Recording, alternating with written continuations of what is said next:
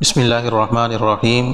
بخاری شریف کی روایت ہے، حضرت ابو ہریرہ رضی اللہ تعالیٰ عنہ سے مروی ہے، فرماتے ہیں آپ علیہ السلام نے ارشاد فرمایا، قال اللہ تعالیٰ ارشاد فرماتے ہیں، اعددت لعبادی الصالحین، کہ میں نے اپنے نیک بندوں کے لیے ایسی نعمتیں تیار کی ہیں، ما لا عین رأت، کہ جو نہ کسی آنکھ نے دیکھی،